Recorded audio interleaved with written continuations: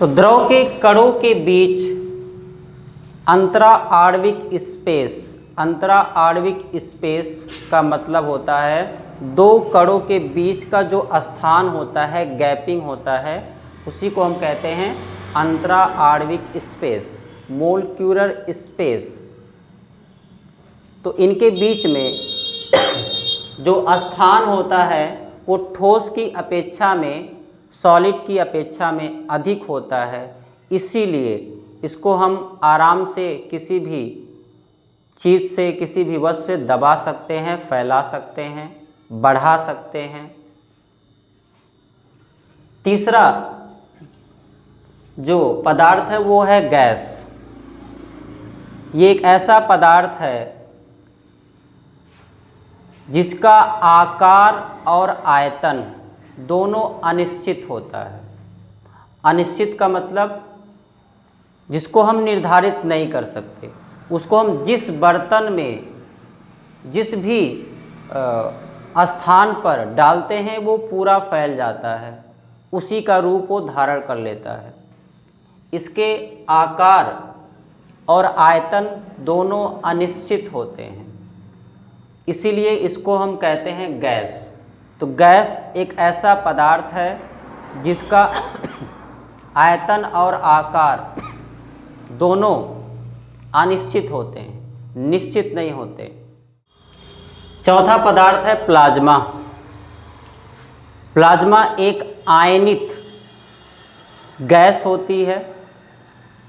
Plasma एक आयनित gas होती है। आयनित का मतलब होता है आयन, और आयन दो प्रकार के होते हैं, पॉजिटिव एंड नेगेटिव, धन आयन एंड ऋण आयन। तो प्लाज्मा एक आयनित गैस होती है जिसमें गैस के परमाणु पूर्ण या आंशिक रूप से आयनित हो जाते हैं, उसी को हम प्लाज्मा कहते हैं। प्लाज्मा एक आयनित गैस होती है जिसमें गैस के परमाणु मतलब एटम पूर्ण या आंशिक रूप से आयनित हो जाते हैं, उसी को हम प्लाज्मा कहते हैं। पांचवा जो पदार्थ है BEC, बोस-आइंस्टीन कंडेंसेट के नाम से इसे जाना जाता है, जिसकी खोज हमने कल भी बताया था, आज भी रिपीट करेंगे, जिसकी खोज भारतीय वैज्ञानिक सत्येंद्र बोस और अल्बर्ट आइंस्टीन के द्वारा हुई थी। यह पदार्थ की सबसे ठंडी अवस्था होती है। बोस-आइंस्टीन कंडेंसेट ये पदार्थ की पांचवी अवस्था है।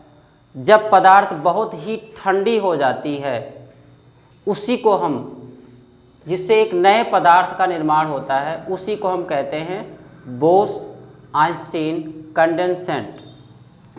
इसके अतिरिक्त हम कुछ चीज़ों पे बात करेंगे। जैसे हमने बार बार कहा आयतन और आकार।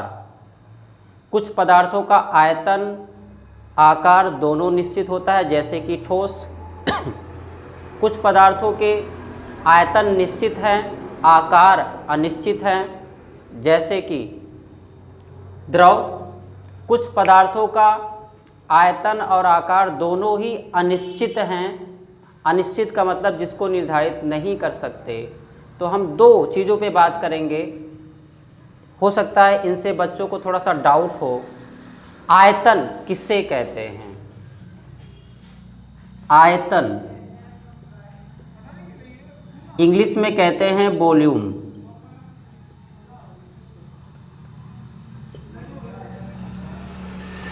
आयतन बराबर होता है लंबाई गुणे चौड़ाई गुणे ऊंचाई। आयतन बराबर होता है लंबाई गुणे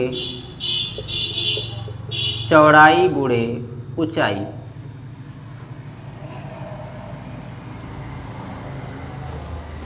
लंबाई गुणे चौड़ाई गुणे ऊंचाई बराबर होता है आयतन, जिसका मात्रक है घन मीटर,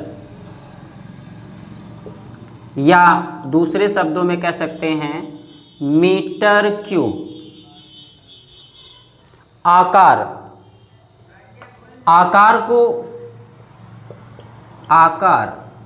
आकार को इंग्लिश में कहते हैं शेप। आकार को इंग्लिश में कहते हैं शेप। किसी भी वस्तु की जो आकृति होती है वो दिखने में जैसा लगता है वही उसका आकार होता है। जैसे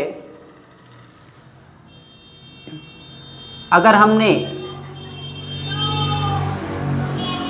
ऐसे एक आकृति बना दिया तो ये हो गया आयताकार। हमने अगर ये आकृति बनाई तो ये कहलाता है त्रिभुजाकार। तो लगभग आपको समझ में आ रहा होगा कि इसी को हम कहते हैं आकार। तो इस प्रकार पदार्थों को हम जिस रूप में डालते हैं, जिस आकार में डालते हैं, जैसे कि जल को, तो वो उसी रूप में आ जाता है। इसीलिए ठोस का जो आकार है वो अनिश्चित होता है। आगे अगर गैस को हम किसी बड़े आकार में डाल दें तो इसका आयतन और आकार दोनों अनिश्चित होता है, ये किसी भी रूप में आ जाता है। मेरे प्यारे बच्चों, आप लोग को ये क्लास कैसा लगा, कल का और आज का ज़रूर बताइएगा और अधिक से अधिक सहयोग करने का प्रयास करें। कुछ कमियां हो तो ज़रूर बताएं, उस पर हम लोग थोड़ा सा गहन अध्ययन किया जाएगा, उन कमियों को दूर करने का प्रयास किया जाएगा। और थोड़ा सा मैं ये रोड साइड में पढ़ाता हूँ, इसलिए बाहरी कुछ आवाज़ें भी आती होंगी, इसके लिए आपका सहयोग चाहिए। बहुत बहुत धन्यवाद, शुक्रिया, खुदा हाफिज़, थैंक यू।